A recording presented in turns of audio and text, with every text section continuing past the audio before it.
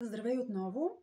В това видео ще ти покажа как да използваш Витагард, когато детенцето е в остро състояние на грип или настинка. Остро състояние имам предвид, ако има вече течащ нос, температура, болки в гърлото, ако вече започва да кашля, да подкашля и така нататък, тогава вече ще трябва малко по-голям концентрат от етеричните масла, за да може да го стабилизираме много по-бързо и лесно и да помогнем за оздравяването му.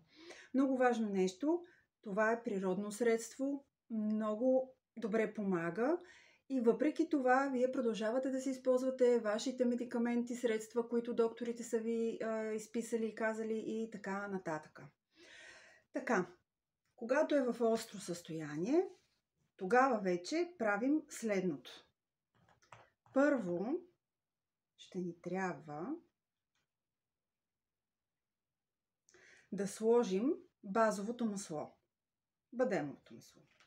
Така, взимаме една чайна лъжичка, но трябва да е по-голяма, за да може да побере горе-долу 5 мл от бадемовото масло. Трябва да има достатъчно базово масло, бадемово масло за целта. Така, сега слагате, правите шепичката като купичка, за да не изтича.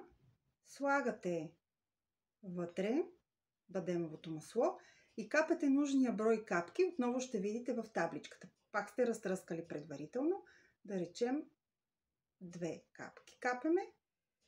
И след това, ето така, разбъркваме в ръката, трябва да размажем, за да може да се смеси базовото масло с етеричните масла, да няма силен концентрат, след което ето така стават омазнени ръцете, след което започваме да нанасяме на гърдичките от предната част. Аз ще се забърша, защото сега нямам модел пред мен, на който да покажа. Гърдите отпред, гръбчето, врата, ето тук гърлото, лимфните възли се мажат с втривания и задължително, особено когато има хрема, се маже, както вече казахме, отпред, пред ушите, ушната мида и отзад, зад ушенцето от едната страна и от другата страна. Мажете гърдичките, гръбчето и стъпалата. Ако има нужда, разбира се, след това може да забършете с суха хартийка кожата на детенцето, за да не остава много мазно по него.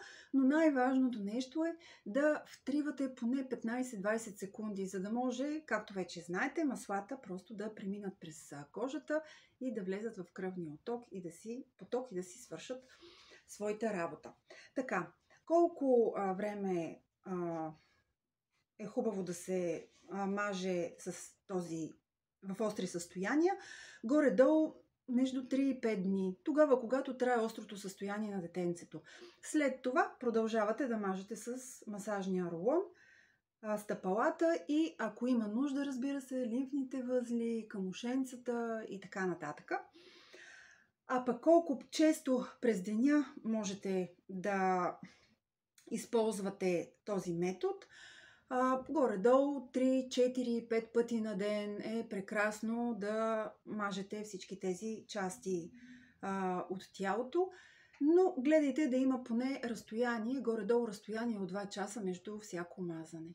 Междувременно дифузирате, когато е в остро състояние и междувременно правите и топлите бани на крачетата или в вана.